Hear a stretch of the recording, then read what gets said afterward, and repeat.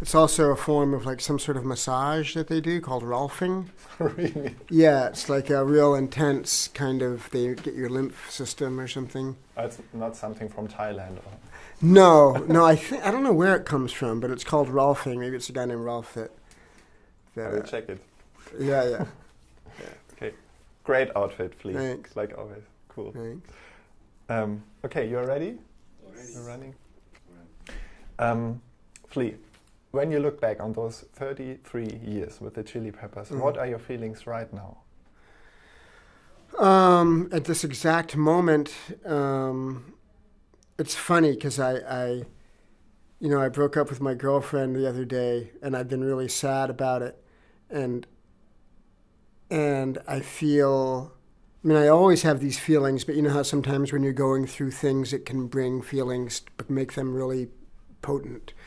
And I just feel so grateful for it, you know, for all the music and the support and the family and the friends and the connection that we have with each other, and that we have the opportunity to play this music that is so alive, that is just always growing. And, you know, I feel like we're giving birth to something new all the time. You know, it's not like we're just repeating ourselves. You know what I mean? Like going out to make a buck or whatever, playing some stuff that made us famous 20 years ago.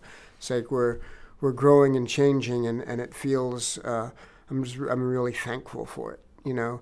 And I look back on all of it, and it hasn't always been easy, you know? It's many times being in the Chili Peppers, it's been brutal, you know, brutal, grueling, difficult thing to do. But right now I feel happy for all of it, and I'm excited to be where we are, you know? Made a record that I love, and playing music that I love with people that I love. I mean, happy. Wow, that sounds very balanced. It's cool. Yeah, cool. When you look back on 1983, or maybe it was 1982, when you asked Anthony, hey, do you want to come on stage and rap to our music? Yeah. Why did you choose Anthony? He was my best friend. I had been, like, we started with Chili Peppers, I guess we were 20 years old. And he and I had become friends when we were 15, and I don't think I had been away from him for one day. I mean, we were like that when we were kids. We were so close. He just never had interest in doing music before. I mean, I think he might have thought about the idea of it, but it wasn't like we made music and then asked him to rap. It was different than that. It was, he had gone to see Grandmaster Flash and the Furious Five, and it was the first time he knew about hip-hop, and he came back and he was like, it was great. And he goes, you know, I could be a rapper, I could rap. And I was like, great, I can play some funk, you know, and then we just did it, you know, and we came up with this song Out in L.A., which was our very first song. And then he and I already kind of had this thing coming up with that. Then I got together with Jack and Hillel, and we made a show, and we never rehearsed. And we just talked about the music, what we were going to do. Like I just told him, you know, I told him the bass is do do do do do do, and you know, I said, "Hello, you be doing," and Jack, you know, and then we just went and played it. We never rehearsed or anything, and it was magic from the first note, you know. And even though Anthony was not schooled in being, you know, the singer for a band, in the beginning he didn't really plan on singing. He was just going to be a rapper, and he kind of like gradually just became a singer, you know. It wasn't like right away, like he was just like, la, and like you know, you listen to our early records and there's not a lot of melodic singing, you know. And as time went by, he started like really finding his way. And it's funny because he's not a music student in the way that I am, for instance, or other people I know, where we study music all the time. We're always listening to music and trying to figure out, how do they do that? What's happening? You know, how do these chords work and this melody and this rhythm, and how do you play that? And, you know, he just kind of goes through and he has his way, and every time we make a record, he just has a more keen sense of where the melody is, you know, and he's so much better at thinking of, you know, melodic vocals than I am, for instance. Yeah. But then again, I can't sing for shit, so. I I'm a little pea. I like that. Oh yeah, that one. Really? Yeah, I got that one. You answered already many of my questions that I wanted to pose in the first place. But one question, how did the chemistry with Anthony and you change until now? Did it change at all? Or? Yeah, I don't think that the chemistry between Anthony and I is something that we have any control over at all.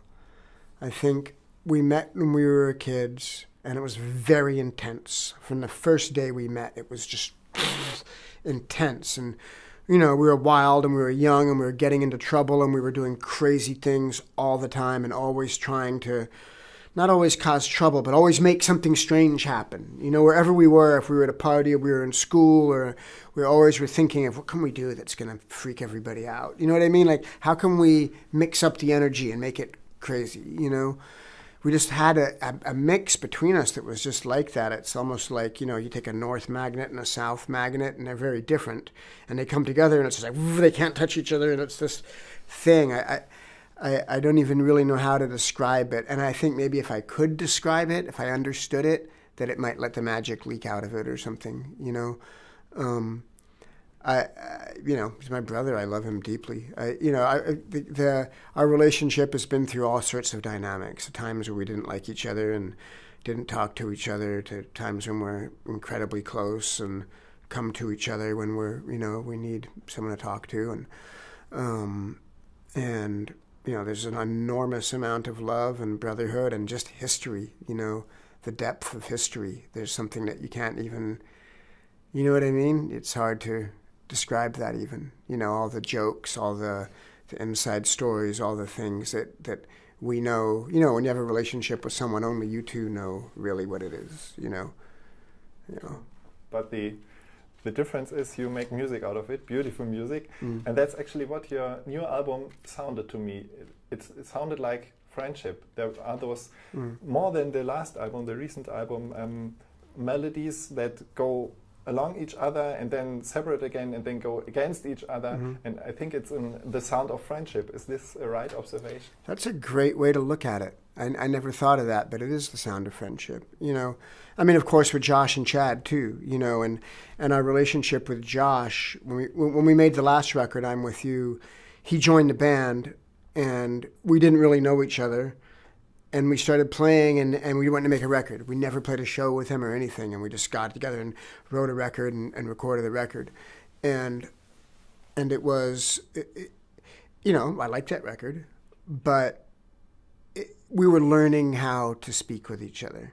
We were learning how to be friends. We were learning how, you know, as a musician, how to speak without talking. You know, how to look at each other, and I can start playing something, and he hears it, and he starts playing something, and we make this thing, you know, and the four of us and all those that way, the four-way movement of the way that we create, in the communal way that we create. So when Josh joined, then it was just we're figuring that out, and then after touring with him and writing this record, it was he started feeling more comfortable to be himself, and we were able to create something that was much more fluid in terms of the language that we had with each other. So we learned how to speak a language, so it was much easier to express ourselves musically on this record. Actually, I heard that Josh is using less chorus and a lot of echo sounds, but more like this direct Fender sound, like John. Oh, he uses a lot of effects still. That dude likes effects. He's still using a lot of effects. I mean, there are some direct sounds as well, but he's using a lot of effects too. A lot of ethereal tones coming out of his amplifier. Yeah, that's right. Actually, what did the fact that you got a new producer bring to you in terms of change of songwriting? How did you manage that, this change of creating songs? It was, you know, we worked with Rick Rubin for so long, and what we did with Rick was similar to what we did before we started working with Rick, and is that everything we wrote, when we get together and write, like, you know, I would come up with music, or the guitar player, John Frusciante, or Hillel, or Josh would come up with music, or we just jam together, but we'd go in a rehearsal studio and come up with music all together and create these songs and write all these songs. And the way that we worked with Rick was Once we did everything in the rehearsal studio, we had all the arrangements, all the melodies, all the keys, all the tempos, all the bridges and choruses and verses and everything done, then we go into the studio and just use the studio as a place to document the music, and we go in and play it. Put up microphones, play the music. And then, do some creative overdubs and stuff, but that was the way that we recorded. And Brian, Danger Mouse, suggested a completely different concept, which was not just using the recording studio as a place to document music, but using it as an instrument itself. And so going in, he said, let's try to, he goes, yes, you guys wrote a bunch of great songs, but let's try to create stuff in a different way in a recording studio, and I think it will lead to a new type of creation that will, bring out something new in the band. So we'd go in, I'd play something on the piano, some chords, and be, okay, great, that's beautiful. And take the chords, and then we'd start, okay, Josh, put a guitar on top of that. Flea, put a bass on top of that. You know what I mean? Chad, play drums, whatever. And so layering and creating like that, as opposed to all playing together, like writing, using it as a compositional tool, the studio. And it made us write in a completely different way. Like, for instance, I write at the piano a lot. So when I'm playing in a rehearsal studio, I'd be, hey guys, I got this song, bang, bang, bang, bang on the piano. And then, okay, cool, let's try it. And so then I grab the bass and Josh has his guitar and we listen, we remember the piano of bang, bang, bang, bang, bang, and we start playing and we make something. It might be good, it might be bad, but it loses the piano, right? So it becomes something else that our normal rock band. But with Brian, so I did the biggity bang bang on the piano and we recorded it. And then we started playing on stuff on top of it, so it kept the original feeling. You know what I mean? So it made us be able to express a part of ourselves that we weren't able to express the other way. And in that way, it was really healthy. And it's also just in general, like layering and building tracks like that made us write in a different way that we've never done before. And it was really healthy for us, And then we'd go and play it live to get that warm and intense feeling. But yeah, it was cool, man.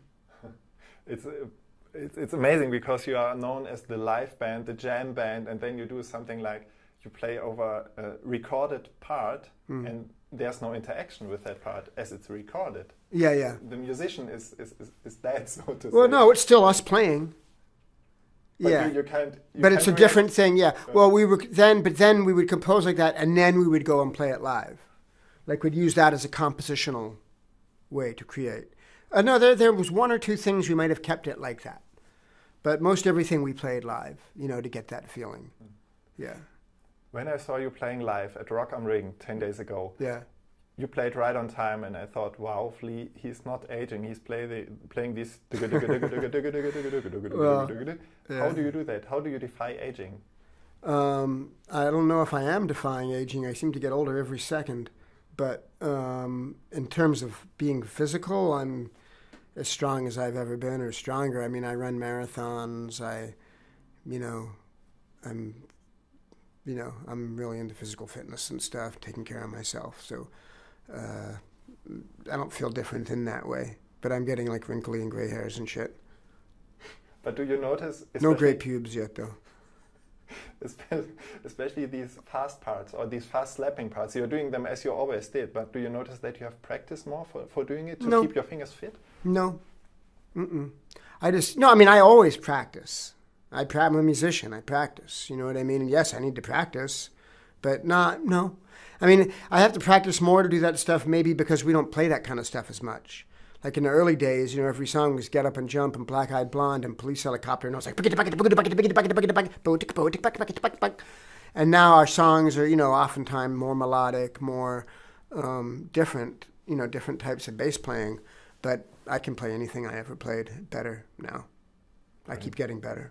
Great. I'm not trying to be arrogant, it's just true. I keep, I'm a student of music.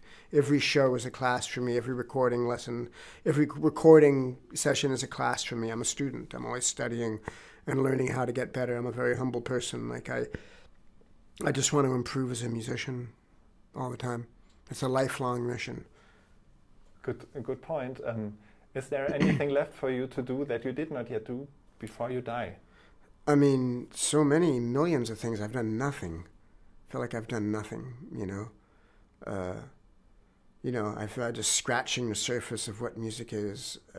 Come on, Bach existed, John Coltrane existed, Jimi Hendrix existed. Like, there's so much music to learn. There's so much, the depth of it is infinite. And I'm trying all the time to get better.